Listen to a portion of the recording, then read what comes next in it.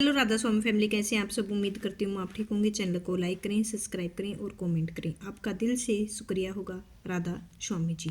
जी राधा स्वामी जी।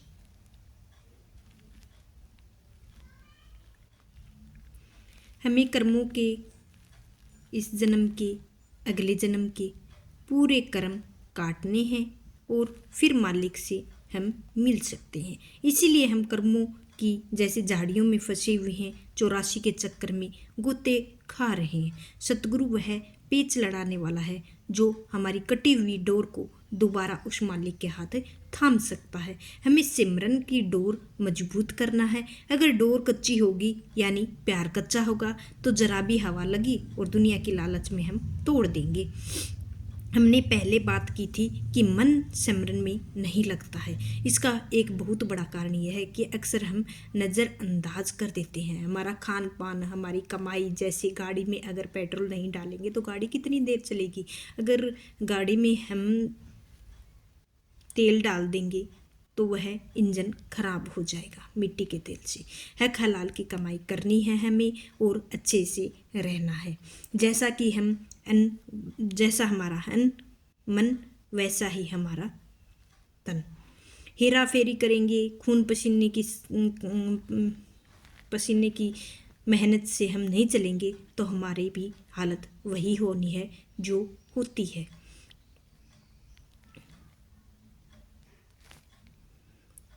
मूंगफली, हम त्यौहार पर मूंगफली, आज जो त्यौहार है उस पर मूंगफली भी खाते हैं, रेवड़ी भी खाते हैं।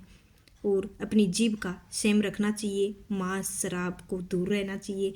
हक हलाल के पैसे से हमें अपनी ज़िंदगी चलानी चाहिए। लोहड़ी के जश्न रात मनाया जाता है, लेकिन असली सत्संगी का तो जश्न तब से शुरू होता है जब दुनिया सोई हुई होती है। अमृत वेला अर्ली मॉर्निंग में होता है। रात अंधेरा का प्रतीक होता है और तमोगुण का होता है। सुस्ती अज्ञान का है, सूरज का निकलना प्रतीक है। ज्ञान हमें लोहड़ी पूरी रात का इंतजार करती है, कब सूरज निकलेगा, ठंड कम होगी। रूहानी मार्ग पर हमें अमृत वेला संभालना बहुत जरूरी है।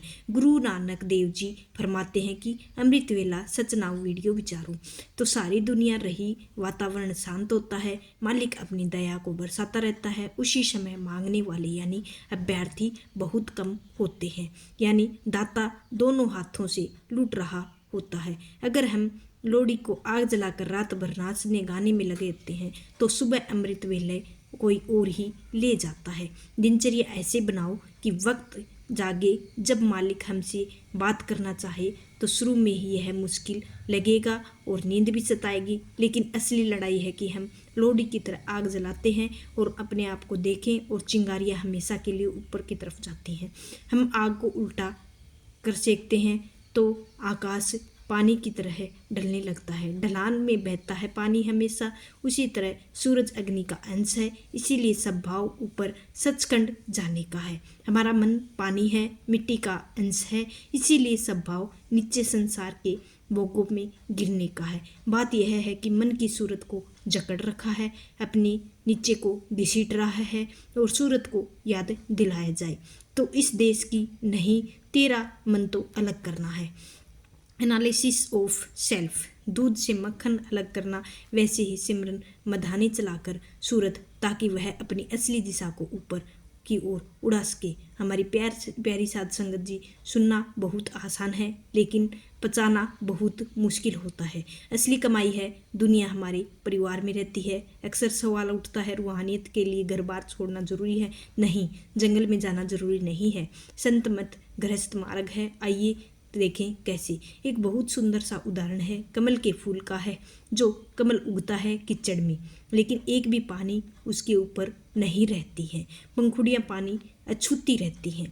पानी की बूंदें डाले तो वह टिकती भी नहीं है, फिसल जाती हैं। हमारा भी जीवन ऐसा ही बना लेना चाहिए। दुनियादारी से हमें अलग रहना जरूरी नहीं है। हम रहेंगे दुनियादारी में भी, घर में भी रहेंगे, पूरा टाइम देंगे, लेकिन जैसे ही हमें सिमरन का भी टाइम निकालना है। अपने अंदर से न्यारे रहो। और जिसे नर्स अस्पताल में पराए बच्चे को संभालती है, दवाई की देती है, अगर भगवान करे कि बच्चा मर जाए तो नर्स उतना ही दुख नहीं होता है जितना कि माँ को होता है, क्योंकि नर्स सेवा कर रही थी, मोह नहीं, उसमें अपने परिवार की नर्स को बनना है, फर्ज पूरा निभाना है, याद रखना है, जीव मेरे लिए मालिक नहीं है, सिर्फ उनका रखवाला हूँ। जीवन तकलीफ आती हैं, घबरा जाते हैं, सोचते हैं मालिक हमसे नाराज है, लेकिन संतों ने इस धोबी के जरिए समझाया है कि वह कपड़ा बहुत मैला था। धोबी क्या करता, उसे पत्थर पर जोर जोर मारकर पटकता और कपड़े की जान ले लेता है, चिल्लाता है, अरे मुझे क्यों मार रहा है, क्या बिगाड़ा है तेरा। धोबी का मकसद कपड़े को फाड़ना, दर्द देना नहीं होता है, मकसद होता है मैल निकालना।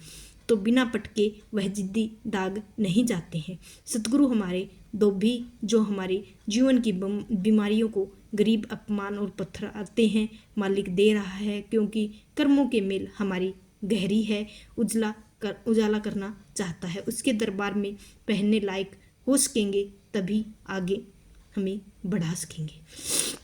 दुनिया में परमात्मा को पाने के कई रास्ते बताए गए हैं, यज्ञ, तप, तीर्थ, सारे रास्ते अपनी जगह ठीक है, लेकिन इसमें बहुत वक्त लग जाता है। चींटी का मार्ग होता है, दीवार पर चढ़ती है, फिसल जाती है, उसे ऊपर पहुंचना युग लग जाता है, लेकिन रास्ता यानी सूरत शब्द योग सतगुरु हमें वह विरंग यानी हमारी पक्षी दीवार पर चढ़ने की जरूरत नहीं है, अपने पंखों को फैलाता है और सीधा उड़कर छत पर पहुंच जाता है। अपनी सूरत को शब्द के पंखों के हवाले कर दो और सिमरन में बैठते रहो। ताकत ऊपर नहीं जाती, बल्कि शब्द चुंबकीय और शक्ति है और ऊपर खींच लेती है। हमें सिर्फ बैठना है, खुद को सौंपना है। उड़ान उस मालिक की ने भरनी है। अंत तक एक कड़वी सच्चाई है। दुनिया में कर्जदार बनकर आए हैं, किसी के पिता बनकर आए हैं, किसी की पत्नी बनकर आए हैं, किसी का दुश्मन बनकर आए हैं, तो किसी का लेन देन चुकाने के लिए आए हैं।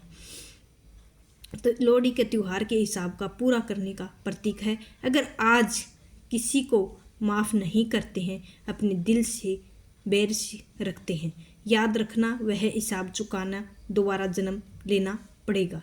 क्या आप सिर्फ एक आदमी से बदला लेने के लिए सिर्फ 9 महीने गर्भ और नरक या 80 साल का दुख झेलने के तैयार हैं? समझदारी इसी में है कि खाता बंद करो, माफ़ करो, आगे बढ़ो, अपनी फाइल सतगुरु को सौंप दो, ताकि इस जेल खाने में हमेशा के लिए आज़ाद हो सकें। इस शरीर रूपी के किले में 9 दरबारों के 2 आँखें, 2 कान, 2 नाक, 2 थुने और मुंह को नीचे के रास्ते से हमारा सारा ध्यान, हमारी सारी ऊर्जा 9 दरवाज़ों को 24 घंटे बाहर की तरफ बहा रही है। और आँखों को हम दुनिया की देखते हैं, कानों से हम निंदा सुनते हैं, जुबान से हम स्वाद लेते हैं। और कबीर साहिब कहते हैं कि हम उस घड़े की तरफ जिसमें छेद है, आप ऊपर कितना भी पानी यानी सिमरन या भक्ति डाल लो, नीचे छेद बंद नहीं है, तो घड़ा कभी नहीं भरता है। और लोहड़ी पर हम इसी बात की खुशियाँ मना रहे हैं, लेकिन हमारी रूहानियत ताकत इन रास्तों को लीक हो जाती है। सत्संगी का मकसद 9 दरवाज़ों को पहरा बैठाना है। जब तक हमारी तवज्जो आँखों के पीछे रोक कर रखते हैं, हम खाली के खाली रहेंगे। संत बताते हैं कि एक दरवाज़ा भी है जो आँखों के बच्चों बच हमें ऊपर अंदर की तरफ है। तिल शिव नेत्र कहते हैं।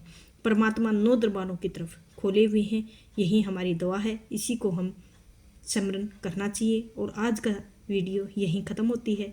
आप पूरा सहयोग दें, सब्सक्राइब करें, चैनल को लाइक करें। आपके चैनल को आपको बढ़ाना है।